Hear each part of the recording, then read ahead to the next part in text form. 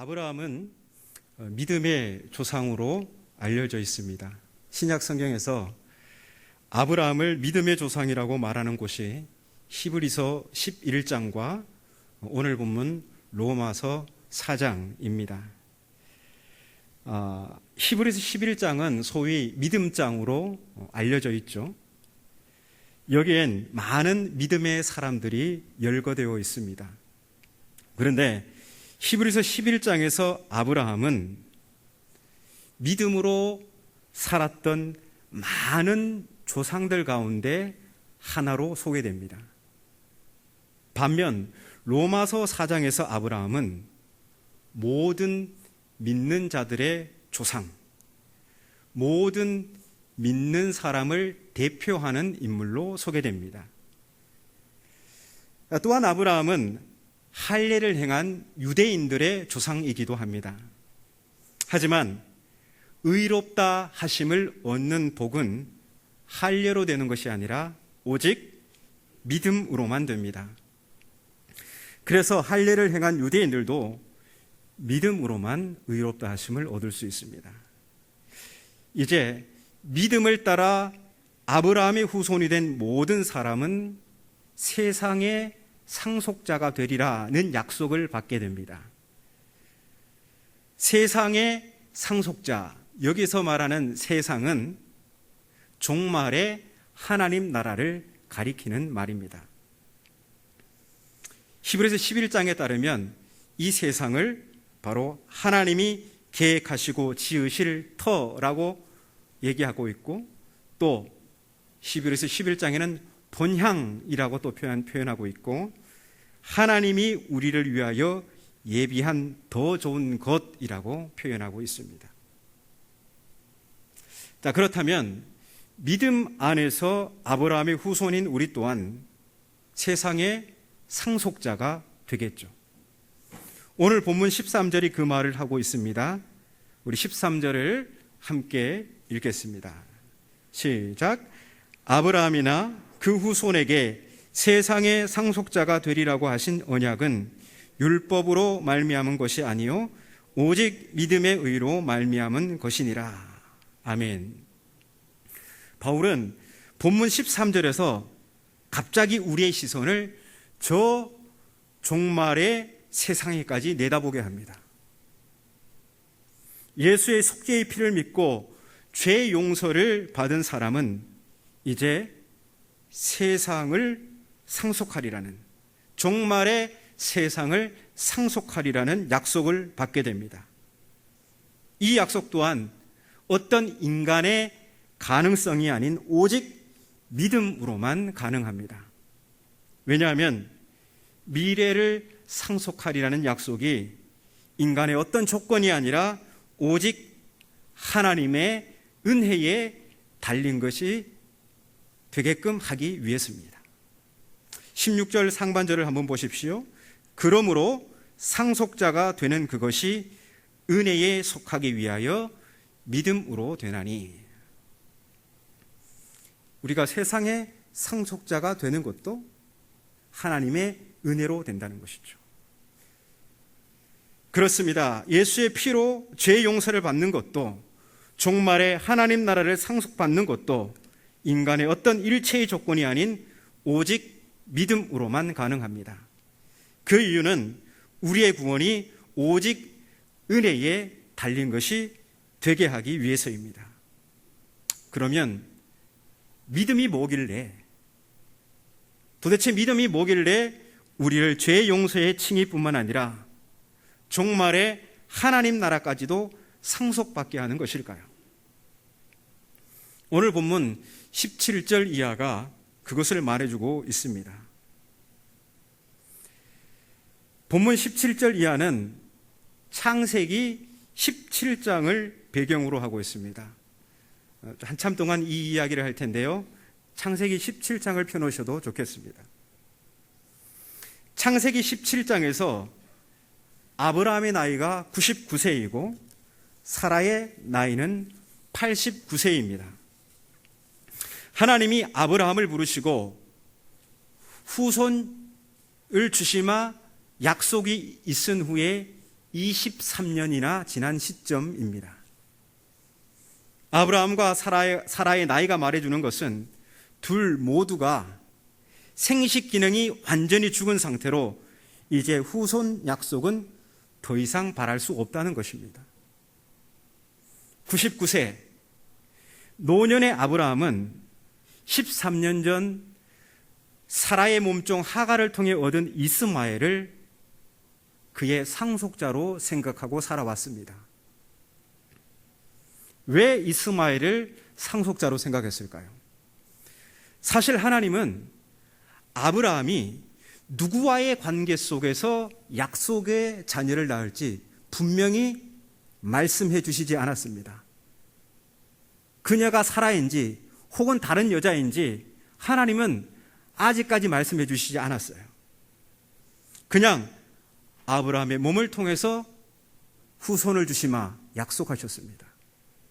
물론 사라가 그의 아내이니 당연히 그녀라고 생각했겠죠.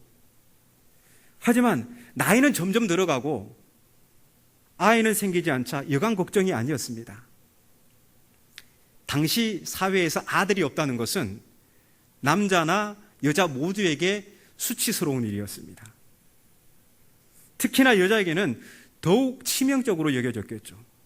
우리 문화 속에도 그게 있지 않았습니까? 그래서 16장에서 창세기 16장에서 사라는 자신의 불명예를 극복해보고자 자기 몸종 하갈을 통해 이스마엘을 얻습니다. 그리고 아브라함과 사라는 그 아이를 애써 약속의 자녀로 여기며 지금까지 살아왔습니다. 그런데 13년이 지난 후 갑자기 하나님이 나타나셔서 아브라함의 마음을 흔들어 놓습니다. 아브라함이 99세 때에 여호와께서 아브라함에게 나타나셔서 그에게 이르시되 나는 전능한 하나님이라 너는 내 앞에서 행하여 완전하라. 여러분 17장 1절 창세기 17장 1절에는 하나님의 자기 계시가 나옵니다. 하나님의 자기 계시, 하나님께서 자기를 드러내시는 것, 자기를 나타내 보이시는 이 자기 계시가 나오거든요. 어떻게 나옵니까? 나는 전능한 하나님이라. 성경에서 하나님의 자기 계시가 나올 때는 뭔가 심상치 않은 말씀을 하시는 겁니다. 이제 뭔가 놀라운 일이 벌어질 거라는 것을 암시하는 게 바로 하나님의 자기 계시입니다. 하나님은 뭔가 중요한 말씀을 하시려고 할 때 먼저 자기를 계시하십니다. 호렙산에서 양떼를 치던 모세를 부르실 때도 나는 아브라함과 이삭과 야곱의 하나님이니라, 이렇게 하나님께서 자기를 계시하셨습니다. 나는 아브라함의 하나님, 이삭의 하나님, 야곱의 하나님, 이 하나님의 자기 계시는 나는 압박당하는 자를 3대에 걸쳐 돌본 하나님이다, 이런 의미입니다. 나는 보금자리를 찾기 위해서 방황하며 압박당하는 난민들을 3대에 걸쳐서 돌본 하나님이다, 이런 의미가 이 하나님의 자기 계시 속에 담겨져 있습니다. 모세는 이 의미를 알았겠죠. 알아듣지 못한 사람에게 하나님께서 이렇게 자기를 계시하시면 이상합니다. 내가 떠돌이 생활을 하며 온갖 위협에 노출된 너의 조상 아브라함과 이삭과 야곱을 돌본 하나님이었던 것처럼 이제 저 애굽에서 바로의 폭력적 지배 아래에서 압박당하는 내 백성을 건져고 돌볼 하나님이다. 하나님은 모세에게 이렇게 자기를 계시하셨습니다. 그러면 이제 뭔가 심상치 않은 말씀을 꺼내실 것이 분명하겠죠. 하나님은 뭐라고 이어서 말씀하셨을까요? 모세야, 네가 가라.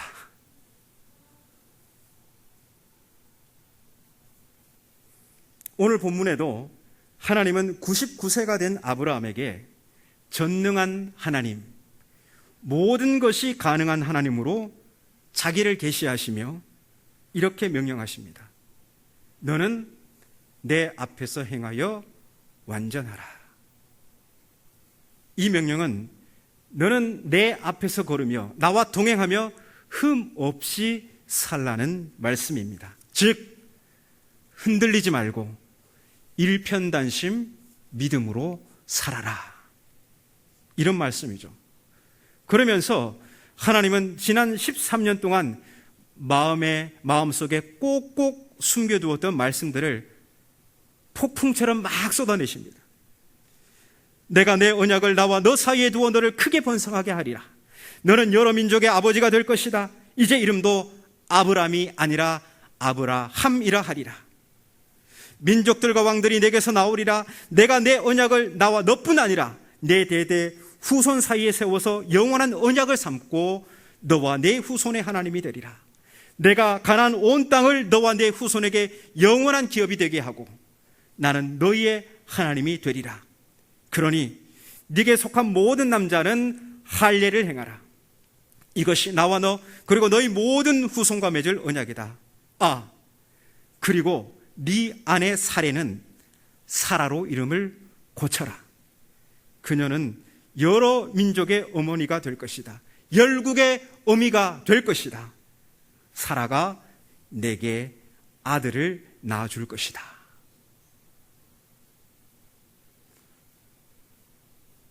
전능한 하나님으로 자기를 계시하시고 폭풍우같이 쏟아내는 하나님의 말씀을 들은 아브라함, 그는 엎드려 웃으며 마음속으로 이렇게 중얼거립니다.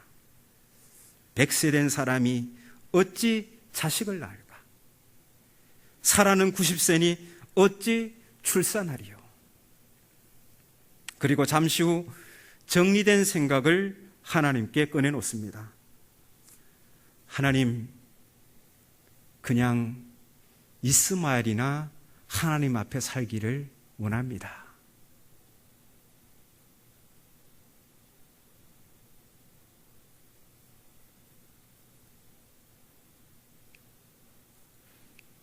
이 아브라함의 말에는 하나님, 저는 지난 13년 동안 이스마엘을 나의 상속자로 생각하고 살아왔습니다.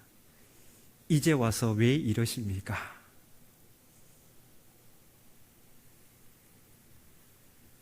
전능한 하나님으로 자기를 계시하시고 심사숙고 끝에 꺼내놓은 하나님의 이 작심 발언은 아브라함의 냉소적 반응으로 일단락됩니다. 하지만 하나님은 곧바로 한 걸음 더 들어가십니다. 하나님은 이제 사라가 낳을 아들의 이름을 이삭이라 명시하면서까지 집요함을 나타내십니다. 그리고 하갈이 낳은 이스마엘이 약속의 자녀가 아니다. 사라가 내게 낳아주는 이삭이 약속의 자녀라고 말씀하십니다. 내 언약을 내년 이 시기에 사라가 내게 낳을 이삭과 세우리라. 하나님은 이 말씀을 끝으로 아브라함을 떠나가십니다.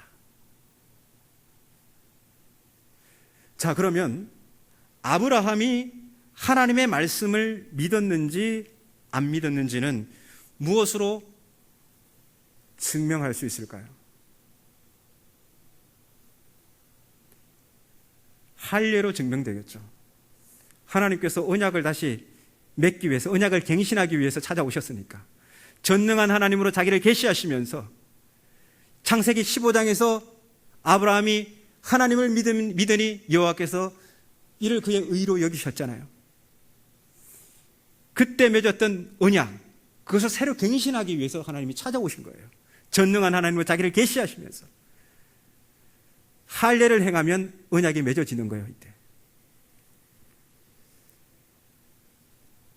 하나님이 떠나가신 후 아브라함과 그에게 속한 모든 남자들이 할례를 행함으로 하나님과 언약을 갱신합니다. 이로써 창세기 15장에서 믿음으로 의롭다 하심을 얻은 아브라함은 17장에서 할례를 행함으로 그 믿음을 확증합니다. 그래서 할례 자체가 뭔가 큰 효력이 아니고요, 믿음이 이 할례를 가능하게 했다는 거예요. 아브라함이 하나님을 믿었으니까, 전능의 하나님을 믿었으니까 내 하나님하고 순종으로 할 일을 행했던 겁니다. 그래서 이게 더 중요한 건 할례가 아니라 뭡니까? 믿음입니다. 그리고 기한이 되어서 하나님의 약속이 성취됩니다. 우리 창세기 21장 1절 2절인데요. 함께 화면을 보시고 읽겠습니다. 시작. 여호와께서 말씀하신 대로 사라를 돌보셨고 여호와께서 말씀하신 대로 사라에게 행하셨으므로 사라가 임신하고 하나님이 말씀하신 시기가 되어 노년에 아브라함에게 아들을 낳으니. 그렇습니다. 대저 하나님의 말씀은 능하지 못할 일이 없습니다. 대저 하나님의 말씀은 능하지 못할 일이 없습니다. 이제 로마서 본문으로 돌아오겠습니다. 로마서 4장 18절을 보면 아브라함은 바랄 수 없는 중에 바라고 믿었다고 합니다. 바랄 수 없는 중이라는 말은 아브라함과 사라의 완전히 죽은 생식 기능을 말하는 것입니다. 그러니까 아브라함의 믿음은 뭔가 일말의 가능성이 있는 상황이 아닌 그야말로 인간적인 가능성이 조금도 없는 상황에서 소망하는 믿음입니다. 아브라함의 이 믿음은 하나님에 대한 믿음이었습니다. 자신의 상황을 보면 아무것도 아니지만 도무지 불가능하지만 하나님에 대한 믿음이었습니다. 자신을 바라보면 아무런 소망이 없지만 전능하신 하나님으로 자기를 계시하신 그 하나님을 바라봄으로 생긴 소망이죠. 그러면 그가 바라고 믿은 하나님은 어떤 하나님입니까? 17절 하반절입니다. 그가 믿은 바 하나님은 죽은 자를 살리시며 없는 것을 있는 것으로 부르시는 이시니라. 그렇습니다. 아브라함은 그에게 자기를 계시하신 전능한 하나님을 믿었습니다. 그가 믿는 전능한 하나님은 죽은 자를 살리시며 존재하지 않는 것을 존재하게 하시는 하나님, 즉 생명을 창조하시는 창조주 하나님이십니다. 다시 말해서 아브라함의 믿음은 부활의 하나님에 대한 믿음입니다. 하나님은 바로 아브라함의 이 부활 신앙을 의롭다고 여겨주셨습니다. 아브라함의 믿음이 부활의 하나님에 대한 믿음이라면 오늘 우리의 믿음은 무엇입니까? 바울은 오늘 우리의 믿음이 예수 우리 주를 죽은 자 가운데서 살리신 이를 믿는 믿음이라고 합니다. 우리 또한 아브라함과 같이 부활의 하나님에 대한 믿음입니다. 바울은 이 부활의 하나님에 대한 믿음이 아브라함과 우리를 의롭게 한다는 것은 하나님과 올바른 관계가 되게 한다고 합니다. 4장 25절 마지막 구절이죠. 예수는 우리가 범죄한 것 때문에 내 줌이 되고 또한 우리를 의롭다 하시기 위하여 살아나셨느니라. 근데 여러분 이 구절 좀 특이하지 않습니까? 좀 낯설지 않습니까? 흔히 칭의, 의롭다 하심을 얻는 것이 주로 십자가 죽음과 연결하잖아요. 그런데 4장 25절은 예수님의 부활과 칭의를 연결시키고 있어요. 다시 말해서 십자가 복음만 말하는 것이 아니라 부활의 복음을 말하고 있습니다. 바울은 예수님의 부활이 우리의 칭의를 위해서라고 말하고 있어요. 예수님의 부활이 하나님과 우리의 올바른 관계를 위해서라고 말하고 있습니다. 맞습니다. 십자가는 칭의의 한 부분이에요. 전부가 아닙니다. 칭의는 예수님의 십자가와 더불어 부활을 포함합니다. 그래서 하나님과의 올바른 관계는 십자가 복음과 함께 부활의 복음을 믿어야 하는 겁니다. 십자가 복음은 우리에게 익숙하죠. 십자가 복음에 대한 찬양은 1년 내내 불러도 어색하지 않고 은혜가 됩니다. 하지만 부활의 복음은 낯설죠. 부활에 대한 찬양은 부활절이 지난 다음 부르면 상당히 어색해집니다. 부활은 1년에 한 번 기념하는 데서 그칩니다. 그런데 기독교 복음의 핵심은 부활입니다. 그리고 부활절을 제외한 나머지 주일을 초기 교회부터 작은 부활절이라고 했어요. 그만큼 본래 기독교의 핵심은 부활입니다. 초기 사도들이 전한 복음의 핵심이 부활이었습니다. 예수님의 부활을 증거하기 위해서 다녔습니다. 이 부활 신앙이 바로 죽음의 상황을 직면하고 도전하는 사도들의 힘이었습니다. 부활의 소망이 있었기에 사도들은 땅의 것에 집착하는 삶에서 돌이켜 위의 것을 바라보며 복음 사역에 집중할 수 있었습니다. 부활의 소망이 있었기에 그들을 향해 다가오는 박해와 죽음의 위협을 피하지 않고 당당히 복음의 말씀으로 직면할 수 있었습니다. 부활의 소망이 있었기에 주 예수를 위해 당하는 고난을 오히려 기뻐하고 영광스럽게 생각했습니다. 부활신앙은 아무런 희망을 말할 수 없는 인간적 한계를 넘어 하나님의 전능하심을 바라보는 것입니다. 이 믿음을 위해, 이 믿음의 토대 위에 생명을 창조하시는 하나님의 능력이 나타납니다. 창세기 17장에서 아브라함은 생명을 창조하시는 전능한 하나님을 믿었고 약속한 시기가 되어서 실제로 그와 그의 아내의 죽은 몸을 되살려 하나님은 생명을 창조하셨습니다. 그리고 아브라함은 그 생명을 창조하시는 하나님의 능력을 보았습니다. 그 후 아브라함은 완전한 부활신앙으로 돌아섭니다. 하나님께서 약속의 자녀인 이삭을 번제로 바치라고 하셨을 때에도 그가 지체하지 않고 하나님의 지시에 따랐던 것은 하나님께서 능히 이삭을 죽은 자 가운데서 다시 살리실 줄로 믿었기 때문입니다. 하나님의 약속이 분명히 이삭에게 있으니 아브라함은 하나님께서 그를 다시 살리실 것을 믿었던 것입니다. 좌충우돌했던 아브라함의 믿음은 부활의 하나님을 체험한 후 그 절정에 달하게 됩니다. 그렇습니다. 우리 신앙에 있어서 십자가 칭의 너무 중요합니다.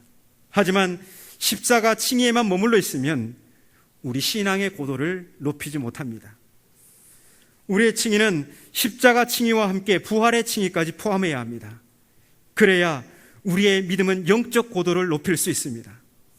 만일 십자가 믿음에만 머물러 있다면 우리는 인간적 상황에 압도당해 아브라함의 처음 반응과 같을 수밖에 없습니다. 하나님, 이스마엘이나 하나님 앞에 살기를 원합니다. 기독교는 부활신앙입니다. 이 부활신앙이 회복될 때 우리는 우리를 둘러싼 불능의 상황에도 절망의 한숨을 거두고 새롭게 될 날을 소망할 수 있습니다. 땅의 것을 영구히 누리고자 욕망하고 집착하던 불신앙에서 저 영원한 나라의 상속을 약속받은 자로서 그 나라의 시민에 걸맞는 품격과 자태를 뽐내며 살아갈 수 있습니다. 그래서 믿음이 해답입니다. 십자가를 넘어 부활의 믿음 말입니다.